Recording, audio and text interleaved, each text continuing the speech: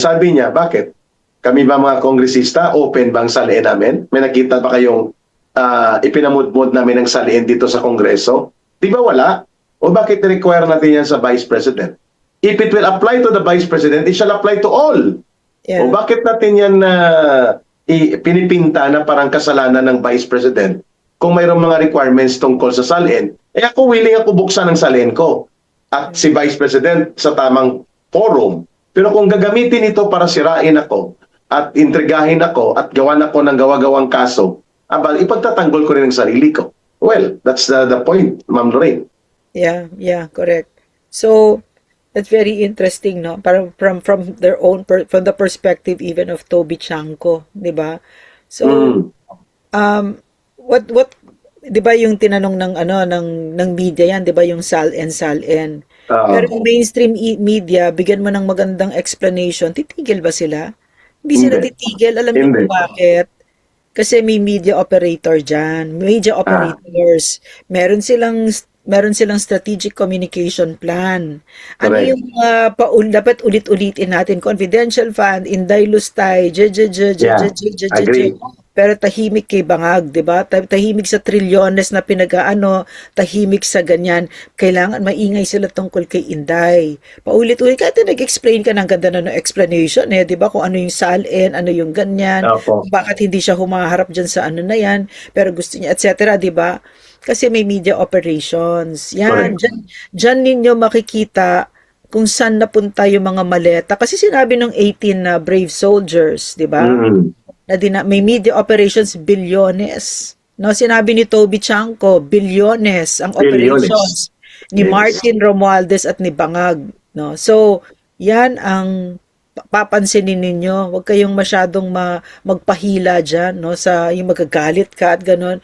Tumawa na lang kayo. Diyan pala napunta yung ano ko. Diyan pala napunta, Carmina, yung pera ng Pilipino. Sa iyo pala. Okay?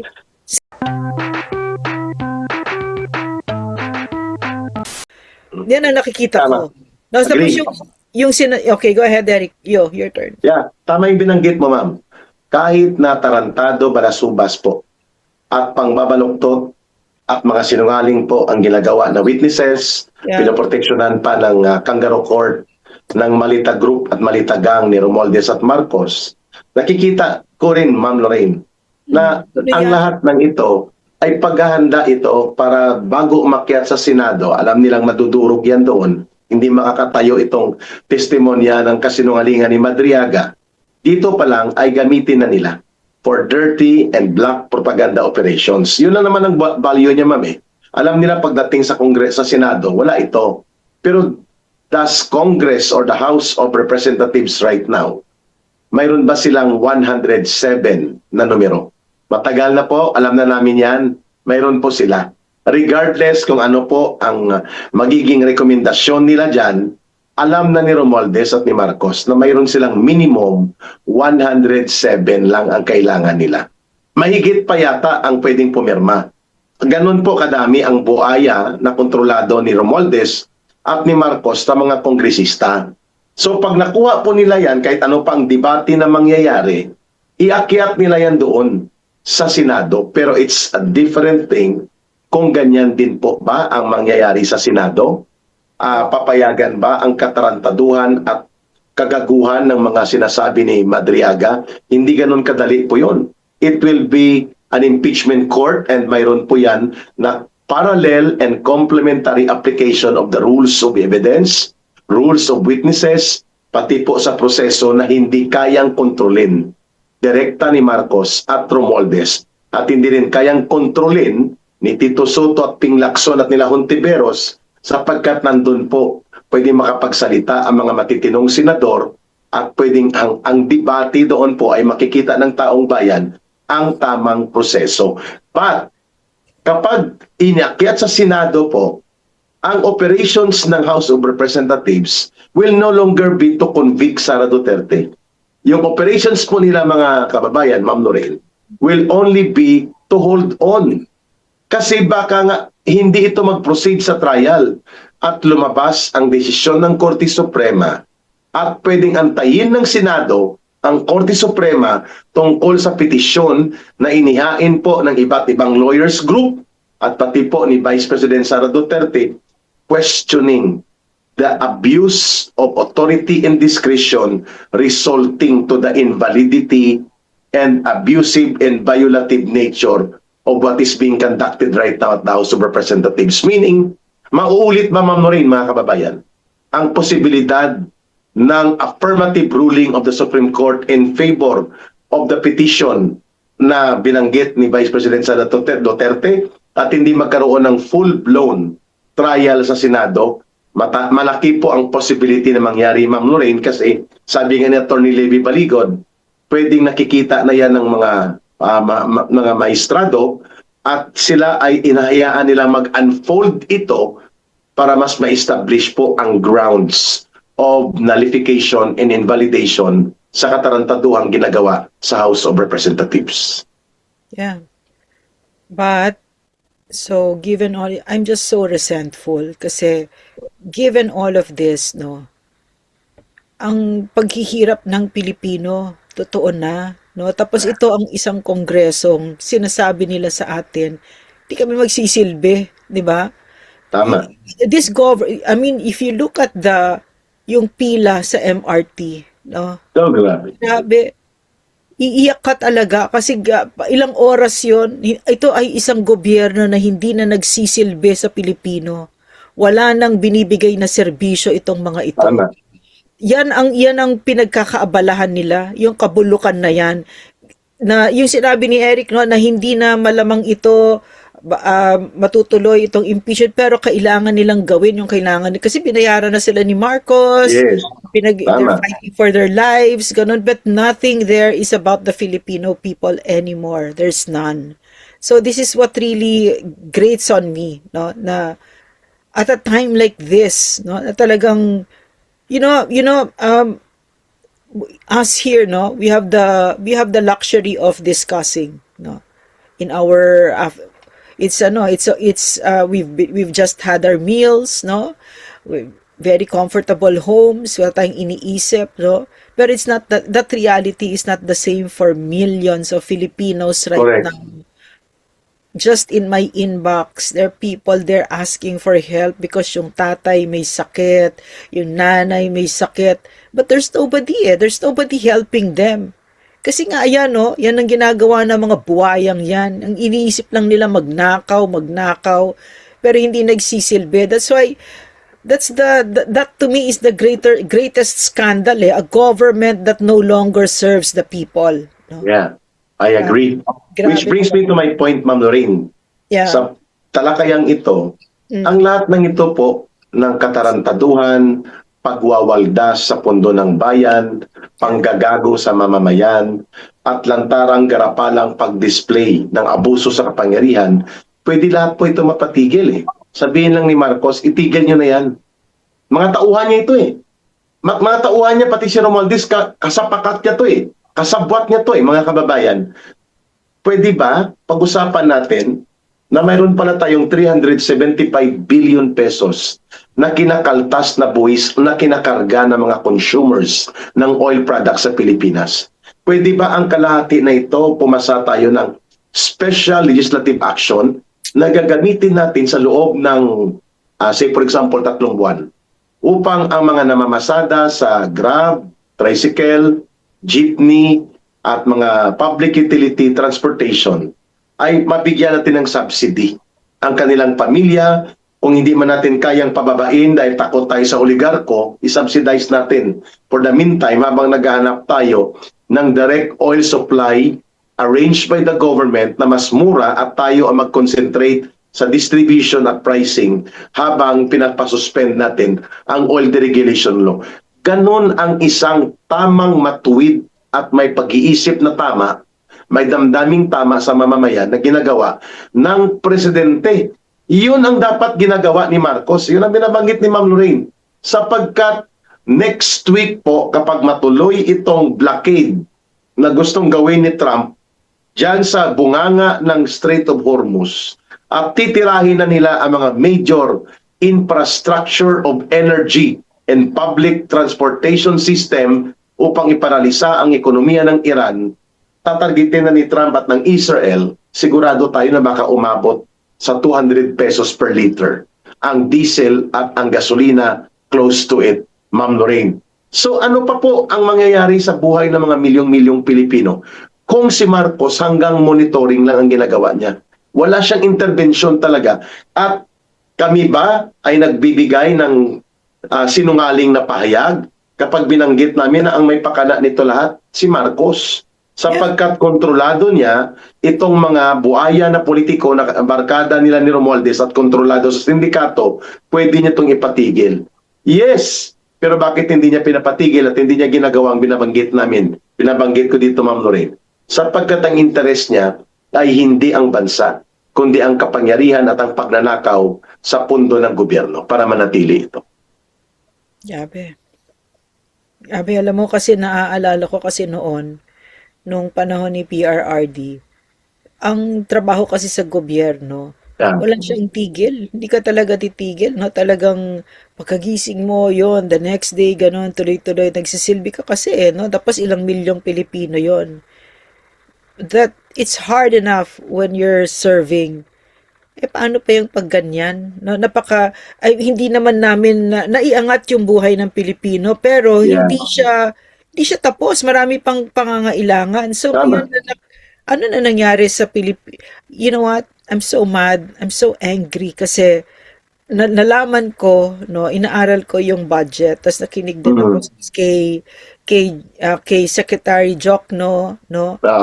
Kay itong budget hearing kasi nung before ako nag-join ng government, pumupunta akong Samar, nagtatayo ako ng mga libraries doon para sa mga elementary school kasi nung pagpunta ko nung Ondoy, hindi Ondoy, ano yung Yolanda.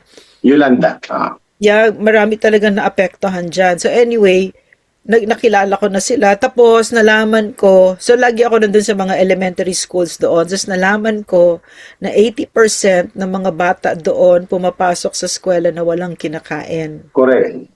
So, lalo na ngayon. Pero nung time ni PRRD, no, nagkaroon ng National Feeding Program. Yes. Tapos, nung bumalik ako ulit doon, nakita ko totoo. Hindi siya drawing kasi talagang minomonitor ko yan. Mga bata doon pumapasok, meron silang tinapay tsaka milk. So at least may pagkain sila. Because very heartbreaking talaga yung kwento, no, ng mga teachers sa akin na they come to school, they're hungry, and then we have to feed them with our baon, ganun. So, and then I found out na doon sa mga insertions ni Bangag, isa sa tinanggal niya ang supplemental feeding. Subsidy sa supplemental feeding. Can you imagine? Gaano kasalbahe itong addict na ito? Biro mo ang ginawa niya yan sa mga batang nagugutom. Gusto ko siya sapakin. Talaga, grabe. Nalaman ko yan parang, so, this is what I'm saying, no? Tayo, we have the luxury to debate, to like this, diba, to talk about Madriaga, ganyan. But down there, no, on the ground, nagugutom na ang tao, no? Tsaka talagang wala na silang makapitan. Yung mga pinapadala sa akin, pictures ng tatay nila na naka-tube na wala na silang mapuntahan, no? Hindi pa nagsisilbi itong hindi lang hindi nagsisilbi, mga magnanakaw pa itong mga ito. No, ano ang tsansa ng Pilipino na lumaban kapag kaganyan ang gobyerno, walang laban? Sabi ni tinuro ni PRRD yun sa amin, kapag tayo, hindi tayo nagtrabaho, wala na, tayo lang ang inaasahan ng mahihirap ang gobyerno. So kapag tayo hindi natin ginawa ang trabaho, we are creating poverty. Diba? So, yan ang nangyayari ngayon. Agree ako dyan, ma'am, sa binanggit mo sa Samar. Ha? Yeah. When I was deployed temporarily to recover, yung mga town center areas. Sa CPP pa, ma'am. Okay. Nagpartner po ako in behalf of the Communist Party program sa grupong Masipag. Ito ay organic farming at infiltrated at inagaw na ito ng CPP, NPA, NDF na non-government organization with international funding. Masipag about organic farming. At ang kapartner niya, ma'am, noon, pinatukan. Mo yung kinuha nila yung leadership position tapos sila na yung... Bali traditional, hindi po nila ito in-establish. Yeah. Kasi pag sinabi mong Ibon Foundation, Ibon Philippines, Yeah. CPP ang nagtayo niyan, CPP din ang nagtatakbo. Yan, ma'am. Pero pag sinabi mong hindi nila itinayo pero inagaw nila, nag-i-exist itong masipag. As organic farming advocate against genetically modified organisms in agriculture na mga practices. No? So, inagaw yung leadership niyan mula Negros hanggang national at ngayon ay sabwat yan sa CPP, NPA, NDF Urban Infiltration and Recovery Operations. Then may isa na traditional NGO na international. Ang pangalan niya, ma'am, I know baka familiar ka nito, Plan International. Ito po ay para sa mga bata. Oo. So, nag-devise kami ng program dahil ang NPA noon, umatras ng malayo, maraming nakatiwangwang sa Northern Samar area na mga lugar na kailangang balikan at palamputin muli ang mass base. Nag-devise kami ng program noon, bilang kadre ako deployed to Northern Samar. Ang title ng program, ma'am, is Sustainable Food Security Support to elementary school students in at least 10 municipality areas of Northern Samar through Sustainable Agriculture Program. Pero CPP program yun. Yung binabanggit po ni Ma'am Noreen dahil mataas po ang incidence of malnutrition and hunger among elementary students in Northern Samar. Pag sinabing Northern Samar, yan po yung mga lugar ng Las Navas, Katubig, Lope de Vega, yan mga malalayong lugar na affected po ito ng gutom, wala ng trabaho, at ang poverty level ay napakataas. At doon ko, ma'am, nakita, naalala mo ko ito dati, na nung sa NPA kami, parang Diyos ang tingin sa amin ng mga masa dahil kami nagpo-provide ng source ng malinis na tubig. Dahil ang kanilang ilog na dati nilang pinagkukuhanan ng tubig, sa Northern Samar lalo na, ay infected po ng schistosomiasis. Na lumalaki yung tiyan, na nanganganak ang fluke worm, pumapasok po sa utak o sa kanilang mga bituka. Kaya ang dami pong mga kaso na ganon. At pati po sa kagutuman, nagturo kami doon, ma'am, ng vegetable gardening. At ito yung binabanggit ni Ma'am Noreen, na ng panahon ni Pangulong Duterte, tinugunan po ito sa pamamagitan ng nutrition and supplemental feeding program every day sa mga barangay at komunidad na may mga paaralan at estudyante na mahihirap po at hindi halos makakain ang mga pamilya ng kompletong pagkain. Tinanggal ni Marcos, ma'am, ang program na yan in the last 3 years at ginamit yan sa flood control. Yes, Ma'am Noreen. Yeah, flood control, binulsa niya, pinambili niya ng funds niya, pinambili niya ng call boy niya, di ba? Eric, may tanong ako kasi maganda siguro i-explain mo yon, no? Kasi sasabihin nila, ang galing pala ng NPA, nagtuturo ng kagandahan pala, di ba? So, ang galing pala nila, tumutulong pala talaga sila sa mahihirap. Ano yung tugon mo doon, Eric? Panluloko yon. Kasi hindi namin tinutugunan ng kahirapan dahil gusto naming tugunan. Gusto naming mahirap sila. Mayroon lang kaming ibinibigay na konting pag-asa para maging bida kami dahil ang interest namin doon, i-convert sila at i-recruit na maging mass-based support at magiging recruitment ground ang kanilang mga anak for NPA. Hindi para ayusin ang lipunan, tulungan ng gobyerno. Magkaiba pong purpose namin doon, Ma'am Noreen. Tapos kapag na-recruit, mas sumasama talaga ang buhay nila at mas sila sa kahirapan. So Eric, ano ibig sabihin ngayon sa CPP, NPA, NDF, lalo na sa ganyang mga barangay na ganyan ang gobyerno? Ay magiging maganda po ang pagkakataon na mapapabilis ang pag-recover at pag-recruit muli sa lugar kasi sasabihin nila, kita nyo, nagdala sila ng barangay development program, tapos na, wala na. Pinatikim lang kayo kasi hindi kayo mahal ng gobyerno. Kami ang dapat niyong kasama dahil babaguhin natin ang lipunan, balikan natin ang pag-aalsa at pag-armado para pabagsakin ng gobyerno na pugad at pinamumunuan ng mga magnanakaw. So sa tanong ni Ma'am Lorraine, ang isang magnanakaw na gobyerno at kawatan, kurakot, at walang pakialam sa taong bayan at tagapagtaguyod ng krisis na palalain at palalain ito at walang ginagawang matino at maayos, ay gobyernong pumapabor sa gusto ng CPP, NPA, NDF. Yan ang epekto niyan, Ma'am Lorraine. And Marcos is the exact formula of a government na gusto ng CPP, NPA, NDF na manatili. Alam mo, all my adult life nagtrabaho ako kasama mahihirap, no, para maiahon sila. But I had never seen that kind of poverty pag andun pala sa bundok at lalong-lalo na kapag ka ang barangay ay nasakop ng CPP. Correct. Grabe yung kahirapan nila at pagka-ignorante nila. Talagang sinigurado ng CPP na hindi na sila makakaahon sa kahirapan at yung mga anak nila. So yung tatay naging NPA, nanay naging NPA, Yes, buong anak pamilya. naging NPA, yeah. So Kung ganyan hindi din sila man maging NPA, Yeah. tagahakot sila ng supply ng NPA, Yeah. tagapagtago ng armas, mga bala, at ginagamit sila para magtago ng mga NPA at magtumulong sa pag-ambush sa mga sundalo at pulis. Yan po ang naging kalakaran ng mga baryo dyan. Pero alam mo, Eric, no, as bad as the NPAs are, as the CPP is, no, para sa akin noon, wala nang mas masama pa sa gobyernong hindi niya ginagawa ang trabaho niya. Tama. Kaya nung humaharap ako sa mga tao noon, no, diyan sa bundok, sa ganyan, ang una ko talagang sinasabi, humihingi talaga ako ng patawad na nakalimutan kayo ng gobyerno.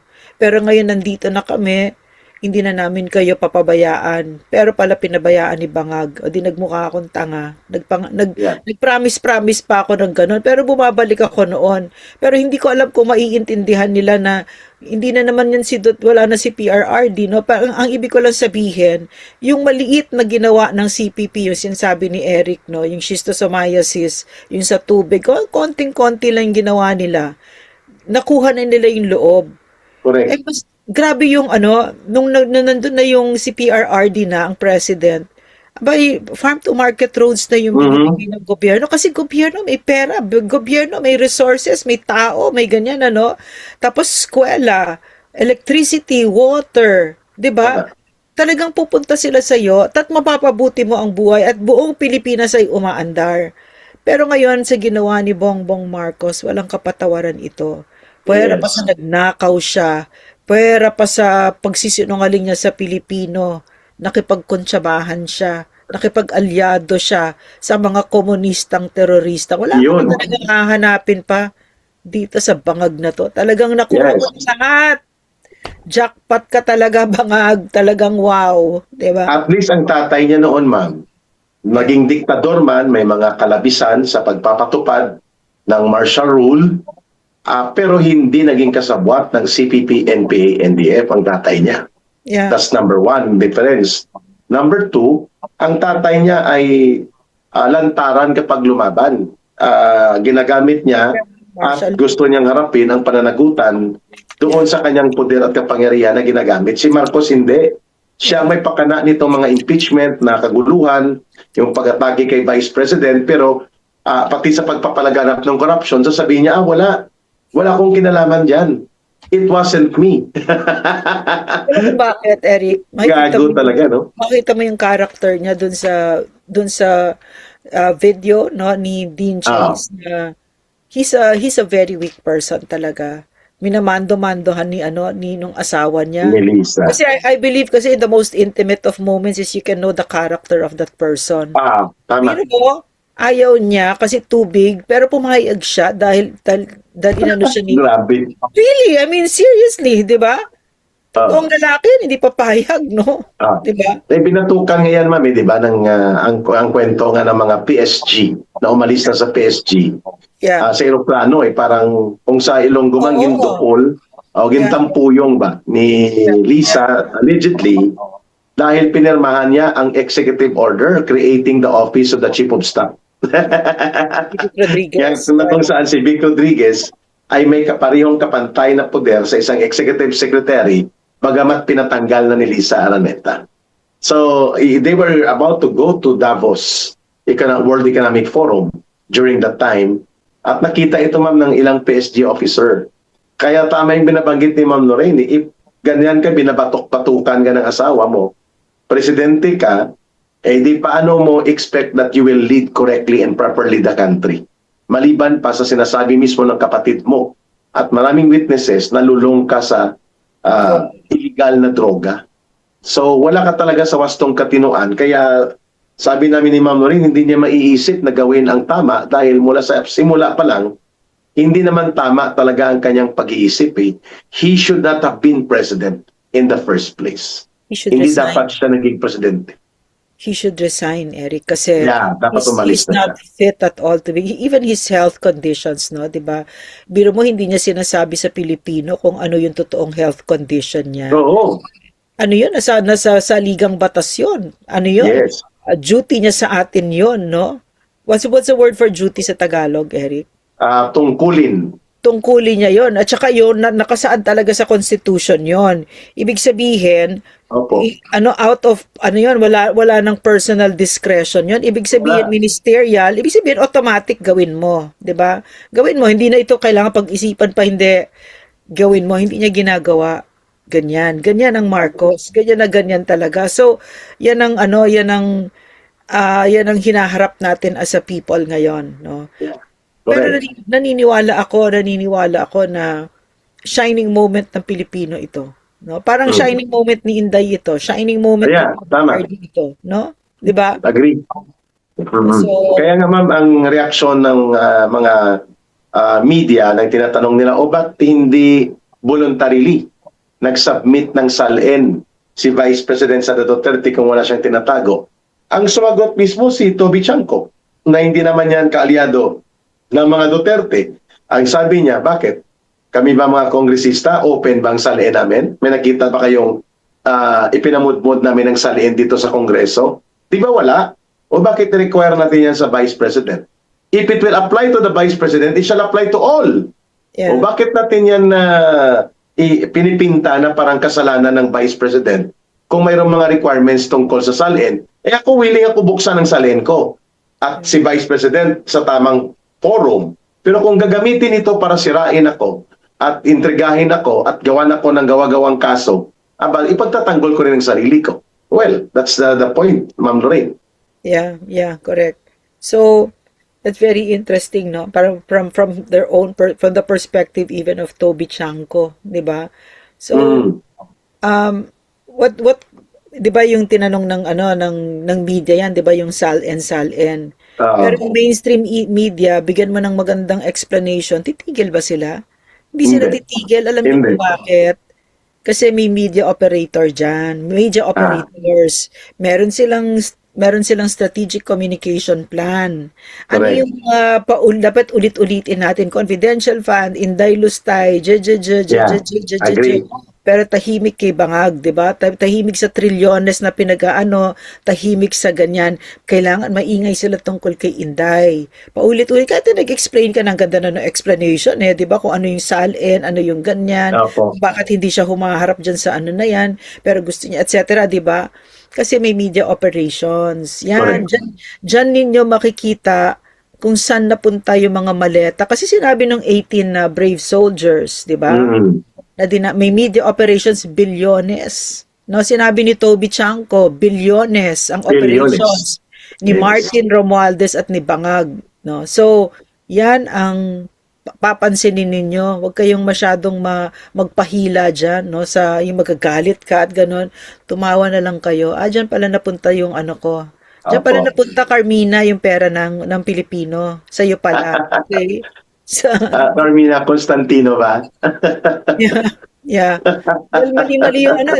Obvious na obvious. Yeah, very obvious talaga. I mean, may isa pa dyan, ma'am, si Christian Isguera, mga ganun. Paboritong interview niyan si Ronald Boy Tartar, Lamas. Kasi diba si Ronald Llamas, parang bilib na bilib siya na lumalabas sila sa mainstream media at tapos tayo doon sisiksikan daw sa SMNI. Para bagang hindi na alam ng buong Pilipinas na binabayaran kayo kaya kayo nandyan. Binabayaran yung networks na yan kung kaya't kayo nandyan. At kaya kami nagsisiksikan sa SMNI kasi SMNI lang ang may tapang at may paninindigan. At may integridad. Yeah, pati UNTV ba? Tsaka Net25. Tsaka Net25. Yeah. And ma'am, ako, kampante ako pag-i-survey ma'am ang OFWs and Filipino communities abroad, all over the world. Magna-number 1 ang SMNI. Yeah, yes. Oo. Yeah. Doon sila kumukuha ng video noon. Pakita natin bukas yung video. Yung sa Japan, naalala mo ma'am, on the street. Oo, sa US, ganun din yan. Sa Europe, sa Hong Kong, sa Middle East. Pag tinanong mo, kasi ma'am, ang apelyido nating dalawa pag pumupunta tayo sa mga pagtitipon ng mga Filipino communities, uy, si Ka Eric ng SMNI. Uy, si Ka Eric at si Ma'am Lorraine ng Laban Kasama ang Bayan. Ano, pero tingin ko, Eric, no, lahat ito ay matatapos din, no? Tama.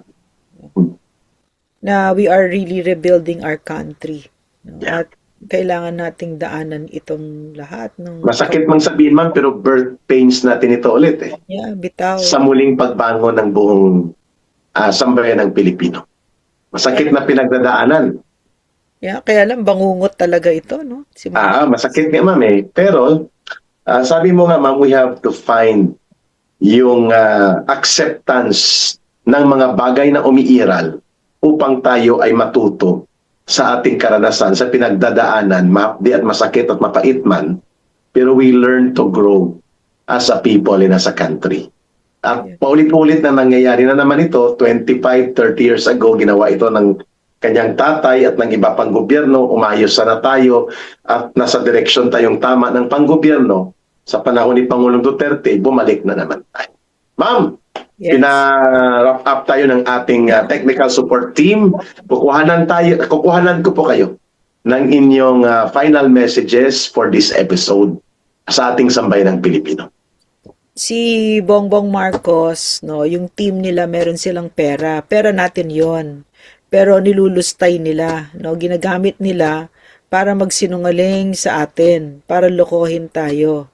At ginagamit lahat ng resources ng gobyerno. So, ang meron lang tayo ay ang isa't isa at ang katotohanan.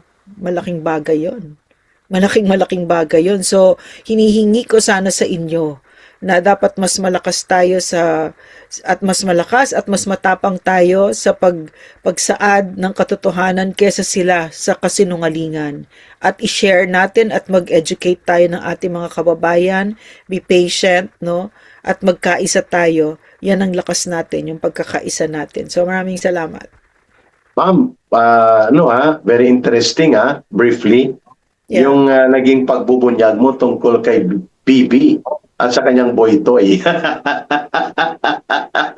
na ginagamit ngayon ang media. Yung team ko yan ang gumawa. Alam mo, honestly, no, what I really think about it, no, sa 2 minutes lang, I'm happy for BB. I'm really happy for him, no, kasi he built his life, yung altar niya ay pera.